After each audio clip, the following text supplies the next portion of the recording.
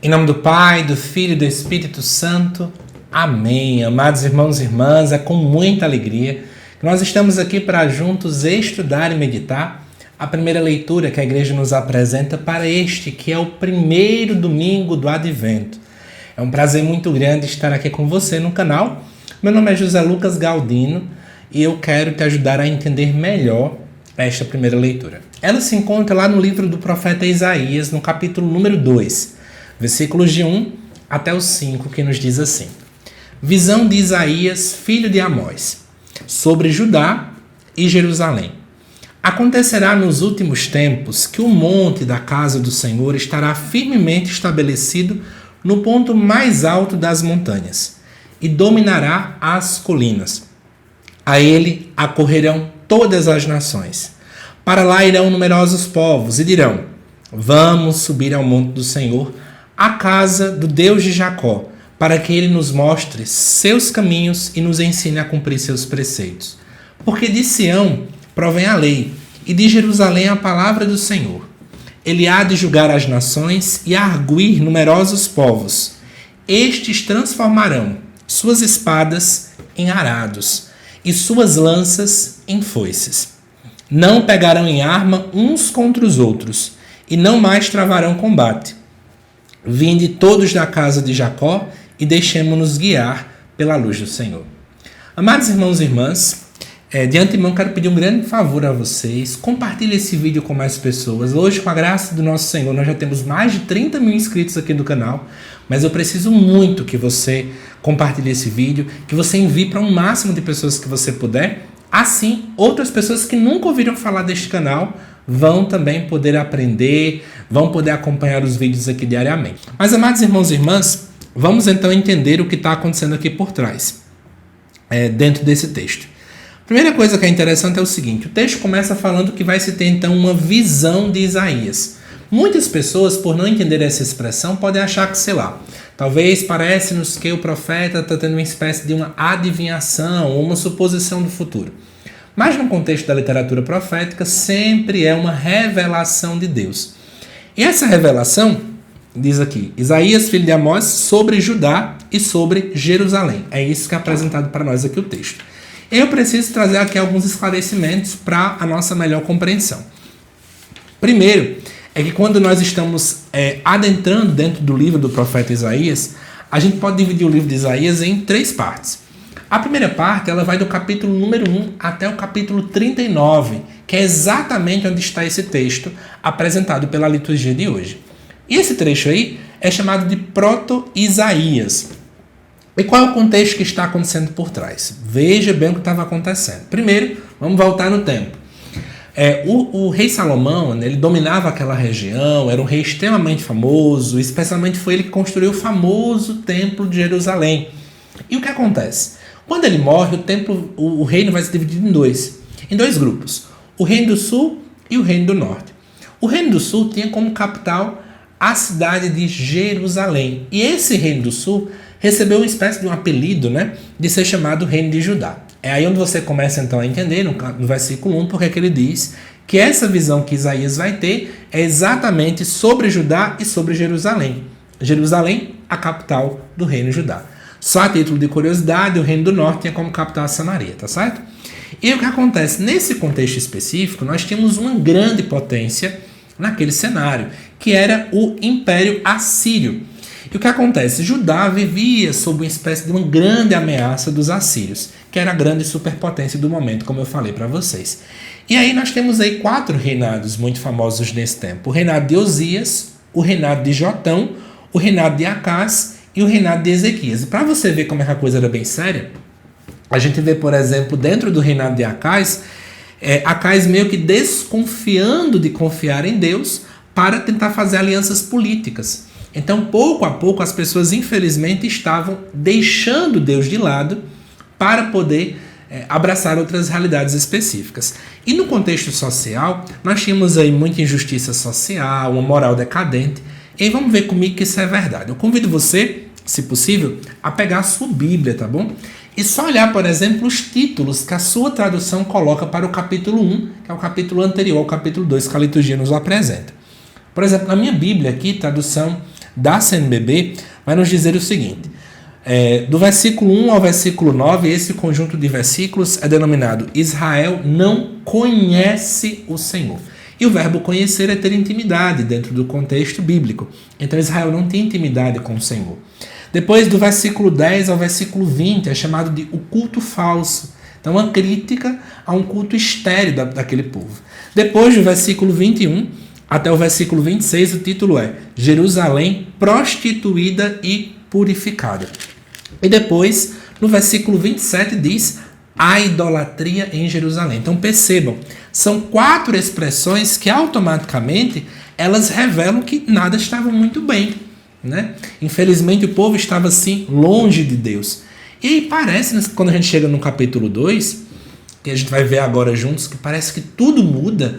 Alguém poderia até dizer assim: José Lucas, eu lembro que lá em literatura a gente estuda sobre o chamado escapismo, que é quando a gente tenta fugir da realidade atual, eu tento fugir daquilo que eu estou vivendo, daquele problema, para escapar para uma realidade, né? uma utopia, para ir para um universo paralelo, para que eu esqueça dos problemas. Mas não é isso, na verdade, que o profeta Isaías faz. Ele não faz um escapismo. Ele, na verdade, ele quer fazer um contraste e dizer assim, hoje nós passamos por sérios problemas. Hoje nós temos essas injustiças, nós passamos por exploração, nós vemos pobreza, mas eu convido vocês a pensarem no futuro e dizer a vocês o seguinte, que se vocês mudarem de coração, se vocês abraçarem a vontade de Deus, completamente veremos mudança. Ou seja, o profeta deseja despertar no coração daquele povo essa grande mudança diante daquilo que eles estavam então vivendo. E também é interessante colocar para vocês que Jerusalém era uma cidade dentro do contexto religioso do judaísmo muito importante. Seria uma espécie de um grande centro teológico. Sei lá, pensa que seria como aqui no Brasil a cidade de Aparecida, ou no contexto mundial a cidade do Vaticano. Mas muito mais do que apenas uma cidade que alguns visitam esporadicamente, lá aconteciam visitas anuais que eram obrigatórias perante a lei, por exemplo, por ocasião da Páscoa. Então era uma cidade muito conhecida por todos, e era ali onde existia o Templo de Jerusalém, que mais do que um mero templo formado por pedras, ali de fato era a morada do Altíssimo. Então veja, só um versículo já nos ajudou a clarear muita coisa. Lembrando, viu, se inscreva no canal, não esqueça, deixe seu comentário, deixe sua curtida, porque assim esse vídeo pode ser divulgado para mais pessoas. Mas, vamos lá. No versículo 2 diz o seguinte: acontecerá nos últimos tempos. Muita gente, quando olha essa expressão, já pensa que o profeta está falando do final dos tempos. Mas quando ele fala últimos tempos, é justamente o tempo em que Deus vai realizar o seu plano. Todos estavam ansiosos por esse acontecimento. Um dia Deus virá, de fato, julgar os povos com justiça, com equidade. Enquanto tantas lideranças oprimem, um dia Deus virá intervir. Então, esse momento específico é chamado de últimos tempos, certo? É isso que ele, de fato, está querendo colocar aqui para a gente. E aí ele vai falar: acontecerá nos últimos tempos que o monte da casa do Senhor. Que monte é esse? A cidade de Jerusalém, ela era construída por cima de um monte, chamado Monte Sião. E aí o que acontecia? Já que se tinha um monte no qual essa cidade estava de fato construída por cima, então a ideia era, dentro da antropologia da época, a teologia da época, a visão era a seguinte: se nós já temos uma compreensão de que Deus está junto de nós, mas sempre que a gente pensa em céu, a gente pensa acima, lá era muito mais séria a situação. Porque veja bem, em muitas culturas, em muitas outras religiões também se tem a mesma compreensão. Os deuses habitam no céu, e aí já que naquele tempo não tinha avião, não tinha foguete, não tinha arranha-céus como temos hoje, os locais mais altos que eles tinham eram as grandes montanhas. Então a ideia era: nós vamos subir até o monte porque é o lugar mais perto para nós da morada de Deus. Então era essa a visão de sempre. E aí pensa bem, se o monte por si só, sendo um local geográfico, mas acima de tudo um local teológico, como eu falei, se ele vai ficar acima das outras montanhas e vai inclusive dominar as colinas, é para dizer o seguinte: que Deus um dia vai vir honrar Jerusalém a tal ponto de que ela ficará acima de todas as outras montanhas, acima de todos os outros montes. Se existem outras montanhas que um povo estrangeiro buscava utilizar para se aproximar dos seus deuses, Jerusalém ficará ainda acima de tudo isso. E aí não como um motivo de mero orgulho, mas um motivo de dizer assim: Deus vai honrar a nossa fidelidade a Ele. Deus não vai olhar apenas aquilo de errado que o capítulo 1 apresentou, mas Deus vai olhar para as nossas realidades sim. Essa é a grande verdade. E aí, amados irmãos e irmãs, o fato também de ficar acima de tudo é porque também esse monte será visível para todos. Será acessível para todas as nações. Não é à toa que aqui vai dizer daqui a pouco que numerosos povos virão até lá. Para dizer que de fato Jerusalém não ficará escondida. E interessante, né? Ela não vai conseguir tudo isso por um grande poderio militar, por exemplo. Mas é uma questão muito mais espiritual. É Deus que de fato vai olhar para esta realidade. Tá bom? Estou pegando os papéis que eu anotei muita coisa para trazer para vocês aqui. E aí depois, vamos continuando o texto, vai dizer assim: a ele, que é o Monte Sião, ocorrerão todas as nações. A dinâmica da universalidade da salvação. Todas as nações vão até lá. Para lá irão numerosos povos. Então os mais diversos povos também irão até lá. E eles vão dizer o seguinte: vamos subir ao monte do Senhor. Olha que interessante. Um povo estrangeiro que até então não acreditava em Deus, agora vão dizer que vão subir ao monte do Senhor, a casa do Deus de Jacó. E aí, para você que tem curiosidade, trago aqui alguns elementos que são interessantes. Lá no livro do Gênesis, no capítulo 32, para ser bem mais específico, versículo 28, nós vamos ver algumas expressões específicas. Primeiro que nesse versículo aí, Deus muda o nome. Deixa eu até ver com vocês aqui rapidinho. Gênesis, capítulo 32, versículo 28, vai dizer o seguinte: o homem lhe perguntou: qual é o teu nome? Ele responde: Jacó. Mas o homem lhe disse: doravante não te chamarás Jacó, mas Israel, pois lutasse com Deus e com os homens. Aqui nós vemos a mudança do nome, que até então era de Jacó para se tornar agora o nome de Israel. E amados irmãos e irmãs, de Israel então vem as chamadas 12 tribos de Israel, que sempre simbolizaram todo o povo de Deus, toda a igreja, todo esse povo que buscava, né, inclusive a confirmação daquelas promessas, o cumprimento das promessas. Então, quando aqui é nos colocado, né, essa ideia da a casa do Deus de Jacó, é interessante, e também lá no versículo 5 fala a casa de Jacó, é interessante entendermos que isso se refere aos descendentes de Jacó, portanto, a todos os povos, e por que não dizer também, de certo modo, a toda a igreja. Mas aí vamos continuar então a nossa reflexão diante disso que eu estou comentando para vocês. E aí, vamos lá. Diz assim: vamos subir ao monte do Senhor, a casa do Deus de Jacó, para que Ele nos mostre seus caminhos e nos ensine a cumprir seus preceitos. É muito bonito isso, porque a gente vai percebendo que todas as pessoas têm sede de saber quais são os caminhos de Deus. Qual é o querer de Deus? Qual é a vontade de Deus? Né? Então é interessante que o texto de algum modo vai nos mostrar todas as nações, até aquelas que não acreditavam no Deus de Israel, têm sede de saber a sua vontade e também deseja cumprir seus preceitos. Os preceitos aqui é uma ligação à lei. A lei muito mais do que um conjunto de regras a seguir. A lei nos leva a entender então qual é de fato então aqui a vontade de Deus. E aí o texto continua dizendo: porque de Sião, que é o monte Sião, provém a lei, e de Jerusalém a palavra do Senhor. Ele há de julgar as nações. Muita gente, quando vê o nome julgar, sempre interpreta muitas vezes com conotação negativa, mas no hebraico a gente vai entendendo que esse texto aqui, na verdade, quer se referir muito mais a governar. Então, diante de um povo que via tantos governos que lideravam com injustiça, com muita corrupção, tirando Deus da frente, agora ele vem governar de fato. Ele agora vem cuidar do povo, porque o sentido de governança é justamente cuidar das pessoas. Deus, então, agora vem governar e arguir numerosos povos. E olha o que Deus vai fazer, então. Estes transformarão espadas em arado. Espada sempre é um tema ligado à guerra e, portanto, à morte. O arado tem a ver com alimento e, portanto, vida. Olha a contraposição. A morte de um lado, a vida do outro lado. Depois aparece aqui para a gente também a ideia de lanças e foices. De fato, lança tem mais uma ligação aqui mais com morte. Também a foice geralmente com a parte de comida.